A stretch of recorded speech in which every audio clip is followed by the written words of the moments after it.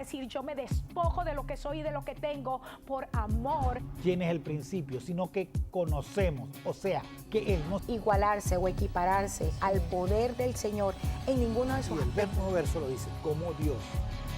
Dios.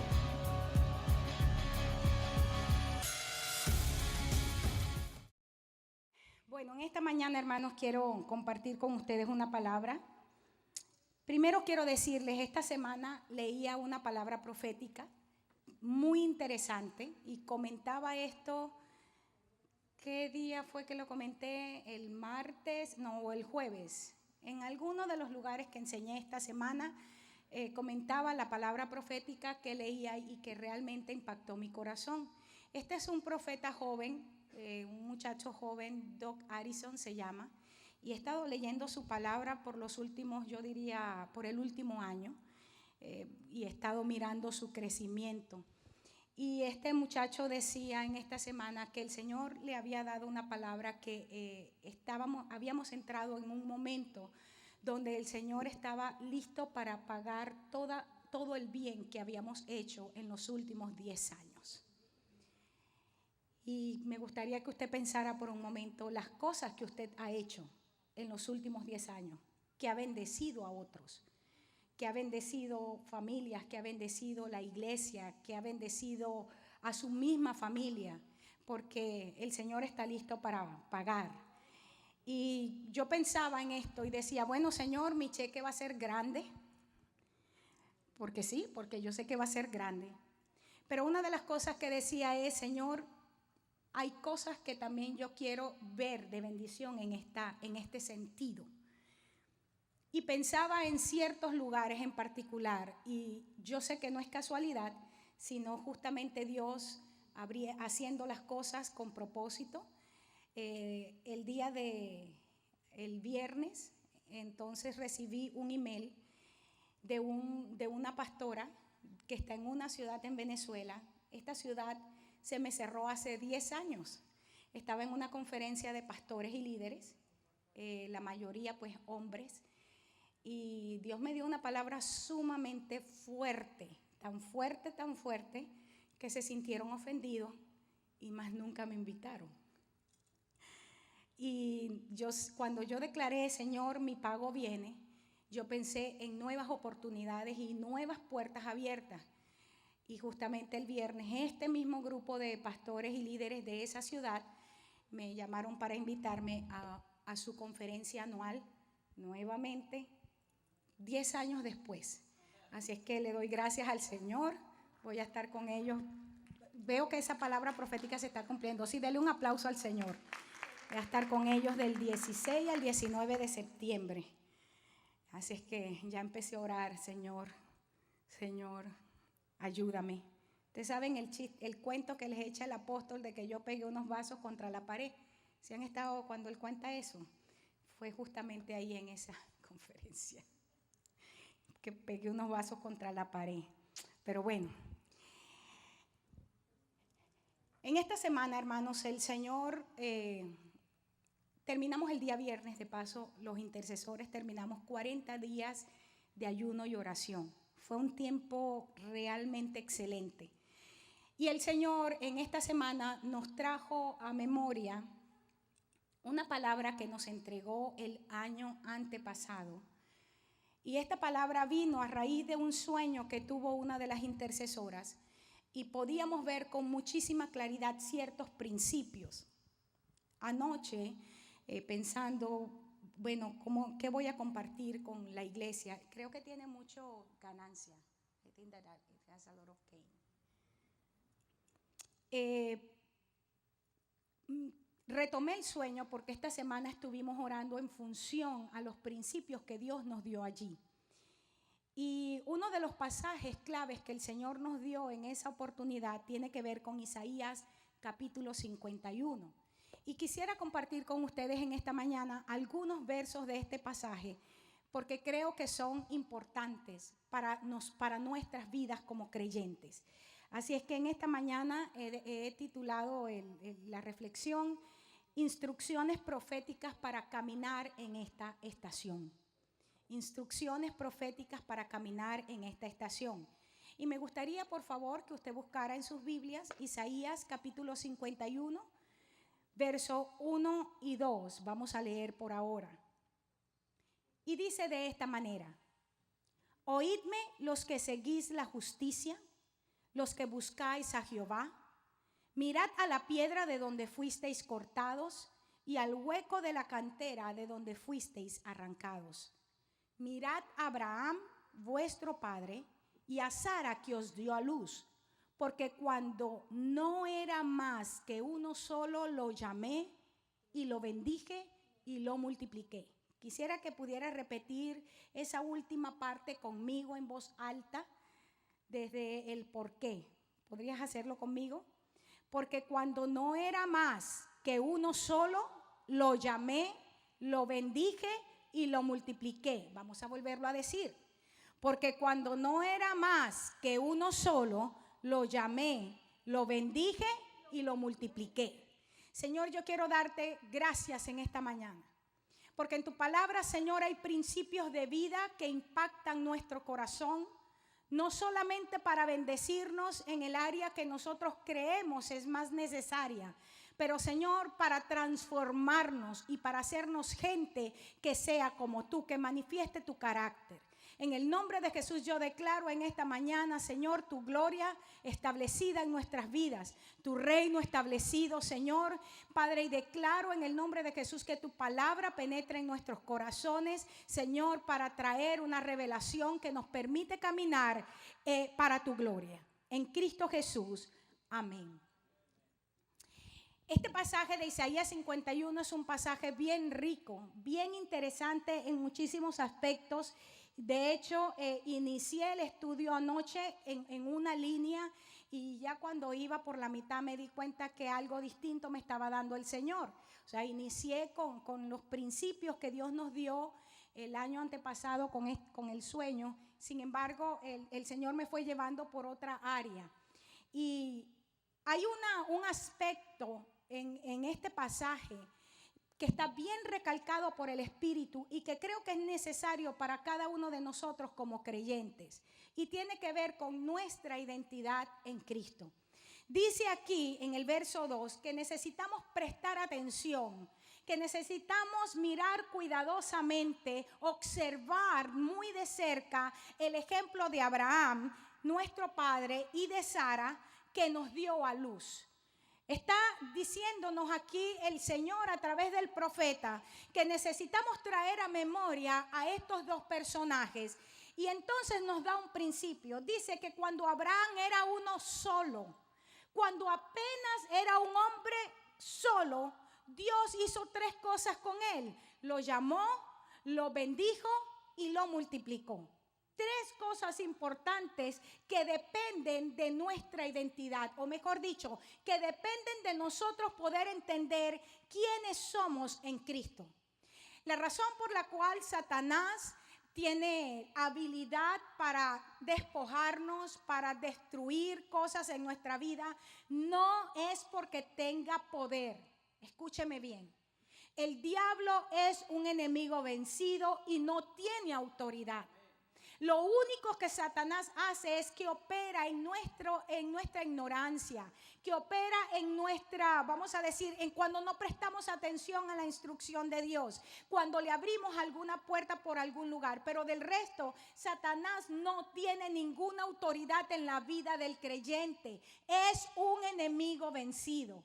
Yo sé que la mayoría de ustedes ha aprendido en muchísimos lugares, en muchísimas iglesias, y siento mucho que haya perdido su tiempo con esa enseñanza, donde le han igualado al diablo con Dios, donde presentan a Satanás como un enemigo tan terrible que lo ponen al mismo nivel de Dios. Es tan triste para mí ver cristianos asustados de lo que el enemigo puede hacer, cuando en realidad Satanás ya fue vencido, fue despojado. Dice la Biblia que fue expuesto públicamente públicamente al vituperio, es decir, a la burla y a la mofa de las naciones, cuando Jesucristo de manera gloriosa en la cruz del Calvario muere y resucita y le arranca al enemigo entonces aún las últimas cosas que tenían, que eran las llaves de la muerte, las llaves de la vida y de la muerte. ¿Me está entendiendo? Y nosotros encontramos que Él nos entregó esas llaves a la iglesia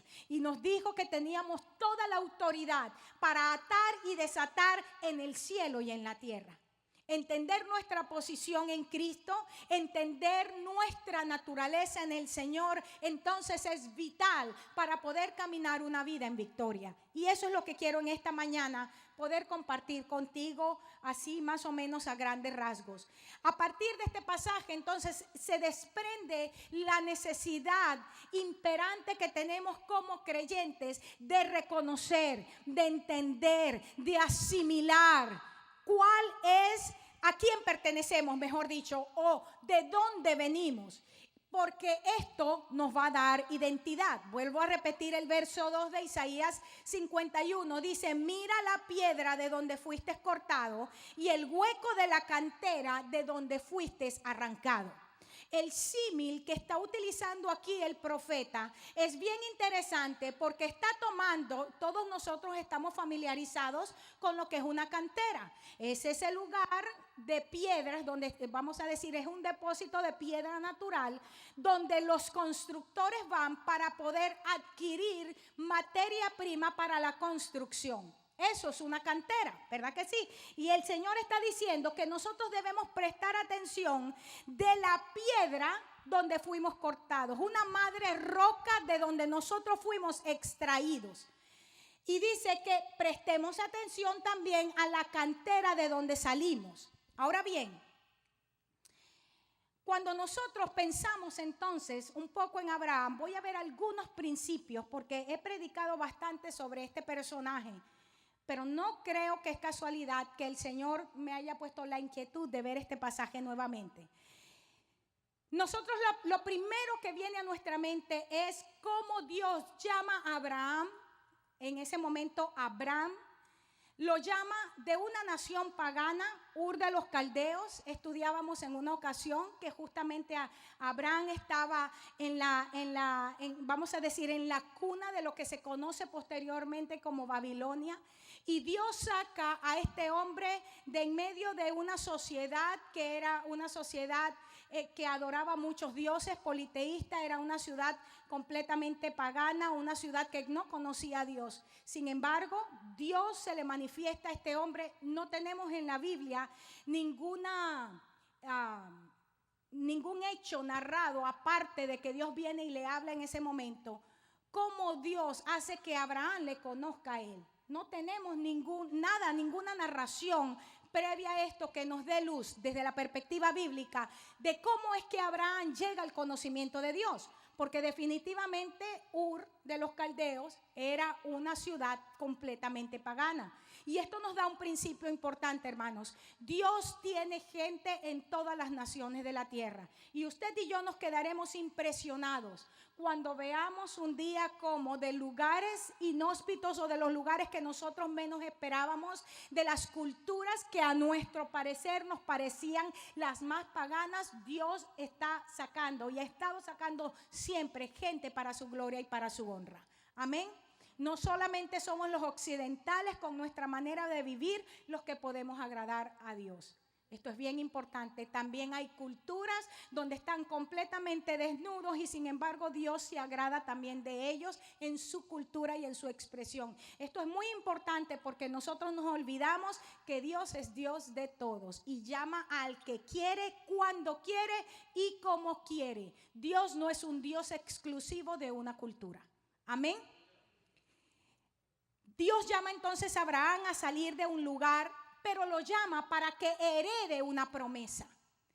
¿Por qué esto es importante? Porque el Señor a través de Isaías nos está diciendo, es importante que prestes atención con respecto al lugar de donde saliste, de la piedra donde fuiste cortado y también de la cantera de donde fuiste arrancado. Está diciendo, porque hay principios que yo quiero traer a tu vida. Dios en este momento a cada uno de nosotros, no solamente como iglesia, pero también como familias, nos está llamando, hermanos, a salir de nuestro contexto familiar. Nos está llamando y por favor, en el nombre de Jesús, entienda lo que estoy diciendo. Cuando hablo de contexto familiar, no estoy diciendo que vas a abandonar tu familia.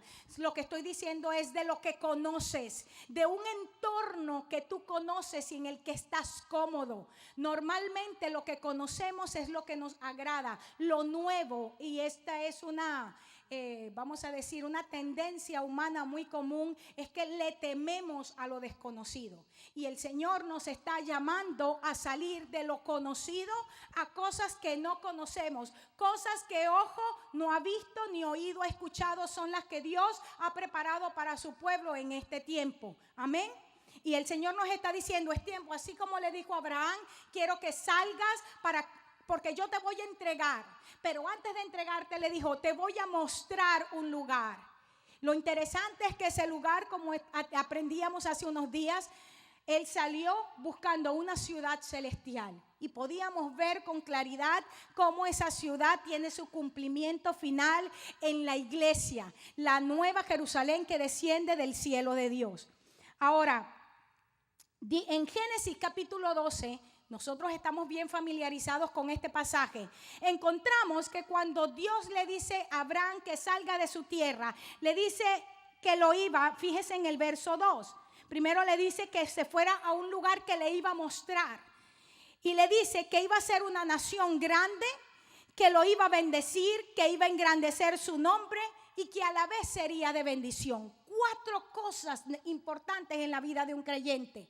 ¿Cuántas veces tú y yo nos quedamos cortos? Y como decía yo en estos días enseñando, justamente en la congregación donde estaba, decía, tristemente tenemos una mentalidad de pobreza, muchísimos de nosotros. Algunas personas se ofenden cuando yo digo esto, pero pues tristemente el que te ofende simplemente manifiesta mayor el nivel de pobreza mental.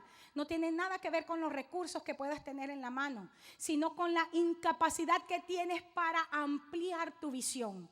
La pobreza justamente radica no en que te falte el dinero para pagar los biles o que de repente tu casa no sea tan bonita o tu carro sea viejo. Allí no está la pobreza, porque hay gente que teniendo recursos también es pobre. El asunto es la incapacidad para ampliar la visión. La incapacidad que muchísimos cristianos, a pesar de que son morada del Espíritu Santo, tienen para ensanchar su territorio, para alargar las estacas, para mirar todo lo que el Señor ha preparado para sus vidas. Y estoy hablando no solamente a nivel material o a nivel financiero, pero a nivel de que tú puedas ser bendición a otros. Si ves, dice que no solamente iba a ser de él una nación grande. Fíjense que no le dijo una familia grande. Él no le dijo a Abraham, tú vas a tener una familia grande. Le dijo, vas a ser una nación grande. Estaba hablando aquí entonces de una nación, y una nación se caracteriza porque tiene gobierno. Le estaba diciendo a Abraham, te voy a hacer una potencia dentro de lo que son las naciones de la tierra.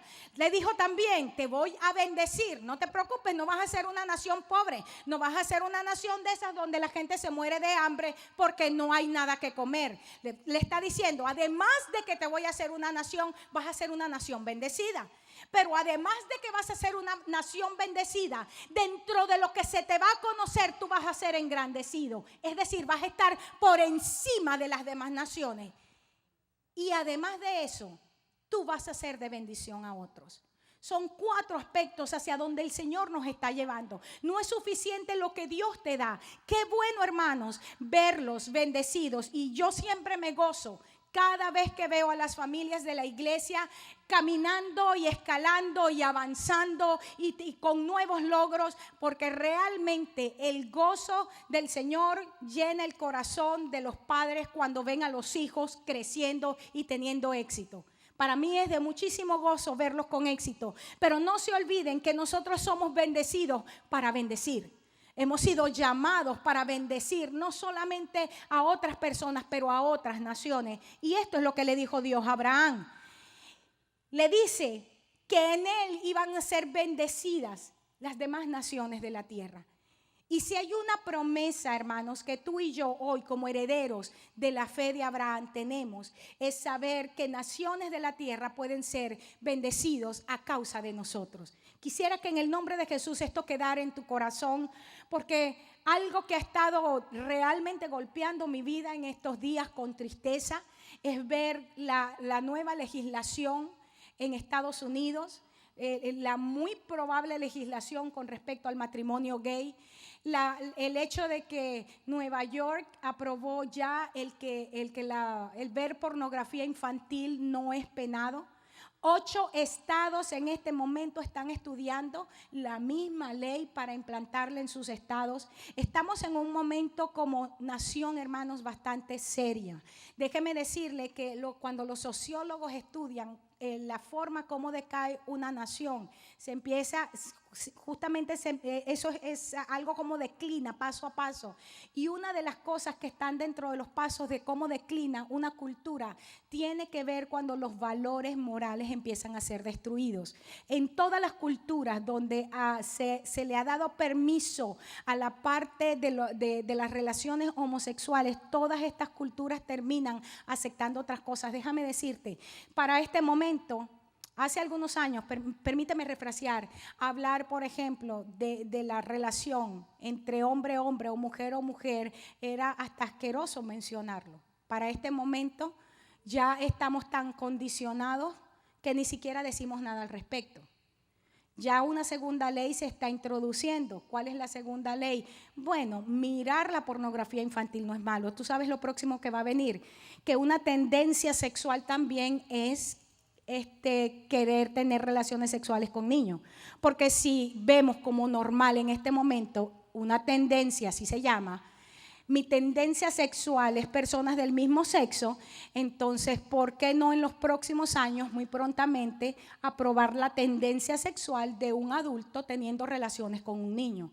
Y después vamos a ver, bueno, entonces también yo soy minoría, tienen que respetar que la tendencia sexual mía es tener relaciones sexuales con animales. Eso se llama una sociedad en decadencia. Pero la pregunta es nosotros como iglesia, ¿qué vamos a hacer? Y tristemente, hermanos, nos guste o no escucharlo, esto ocurre porque la iglesia es la que dejó su lugar de autoridad.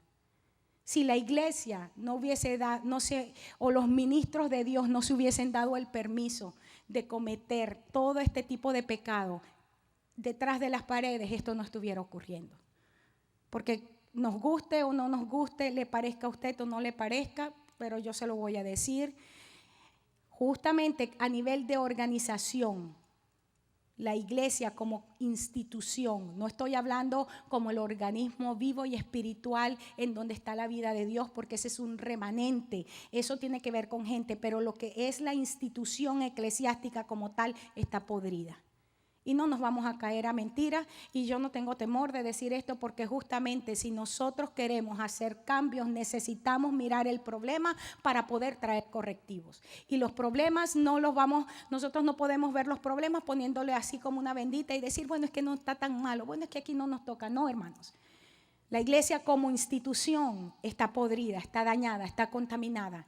Y esta es la razón por la cual Dios está barriendo con lo que nosotros hoy conocemos como iglesia. Y está quitando lo que nosotros conocemos con gente con llamados, con posición, con nombres, que simplemente son hombres y mujeres corruptos, falsos, que han entrado a la iglesia del Señor y, como dice el apóstol Santiago, para hacer mercadería del pueblo de Dios. El Señor nos está diciendo, en un tiempo como este es importante que tú te acuerdes de dónde saliste. Es importante que no pierdas de vista que el lugar de donde tú vienes es un hombre y una mujer que apenas siendo una pareja vieja con miles de problemas, no solamente los llamé, sino que también los bendije y que también los multipliqué. En otras palabras, lo que te quiero decir es esto: a pesar de que nosotros estamos mirando una triste realidad en la iglesia como institución a nivel mundial, nosotros tenemos la convicción absoluta que la palabra del Señor Jesucristo para su iglesia se cumple. Ni las puertas del Hades prevalecerán en contra de la iglesia del Señor. Históricamente hemos visto cómo gobiernos han venido en contra de la iglesia y no han podido destruirla, como naciones, como poderes, como autoridades han venido en contra de la verdadera iglesia de Jesucristo para exterminarla y no han podido hacerlo. Y este tiempo va a ser igual. La iglesia de Jesucristo está, sobre todo en este país, está a punto de entrar en uno de los momentos más difíciles para su existencia, porque vamos a tener, los verdaderos cristianos, vamos a tener que pararnos con agallas, con pantalones, con valentía para nosotros defender nuestra fe. Pararnos sin temor en cualquier lugar y decir, no solamente la Biblia condena este pecado, pero nosotros no estamos en acuerdo con este pecado y simple y llanamente no vamos a entrar en acuerdo. Estamos entrando en un momento donde los verdaderos cristianos van a probar su fe a través de una defensa radical. Pregunto yo, ¿eres tú o estás tú en la capacidad de pararte prontamente a defender tu fe? En la historia, la iglesia de Cristo, no una vez, ni dos, ni tres, muchas veces ha tenido que pararse con autoridad de Dios para defender la fe en el Señor. Y este momento en el cual apenas estamos entrando, hermanos, va a requerir de verdaderos cristianos que nos paremos con autoridad. ¿Y sabe qué? Mucha gente en momentos como estos, donde se prueba la casta, permítame usar esa palabra, de la gente. La casta se prueba allí, la nobleza. Hay mucha gente con muchísimos temores que va a correr. Pero le voy a decir una cosa, la historia jamás la han hecho los cobardes, ni la gente común. La historia siempre la ha escrito un puñado de personas que por encima de las circunstancias se ha atrevido a establecer la verdad y a escribirla, de ser posible, con su propia sangre. Y yo creo que este es el tiempo en el que estamos entrando. Abraham le creyó a Dios, dice Romanos capítulo 4, verso 3, que le creyó Abraham a Dios y le fue contado por justicia. Luego en el verso 10 dice, ¿cómo pues le fue contada? Dice, estando en la circuncisión o en la incircuncisión. No en la circuncisión. Estaba en la incircuncisión y recibió la circuncisión como señal, como sello de la justicia, de la fe que tuvo estando aún incircunciso, para que fuera padre de todos los creyentes no circuncidados. Esto tiene que ver con uno de los temas que compartí hace unos días. Es decir, Abraham le fue entregada una herencia de fe, una bendición de fe, no para una nación de gentiles, sino aún para la nación de Israel. ¿Por qué? Porque Él es Padre. Si sigues leyendo ahí, en el verso 13 dice, la ley fue dada a Abraham. Dice, porque no por la ley fue dada a Abraham o a su descendencia la promesa de que sería heredero del mundo, sino por la justicia de la fe. Y mira lo que dice, porque si los que son de la ley son herederos, van a resultar la fe y anulada la promesa. En otras palabras, la razón por la cual Dios bendice a Abraham antes de la ley levítica era para que un solo pacto existiese, para que ya no hubiesen dos naciones, como dice el apóstol, para que de dos naciones el Señor sacara un solo pueblo, donde ya no hay ni judíos ni gentiles, sino que somos uno solo en el Señor. Tanto judíos como gentiles somos o venimos al Señor es a través de un camino, es la fe del Señor Jesucristo. Amén. No hay dos pactos, hermanos. Se lo predique quien se lo predique, sea famoso, se llame erudito.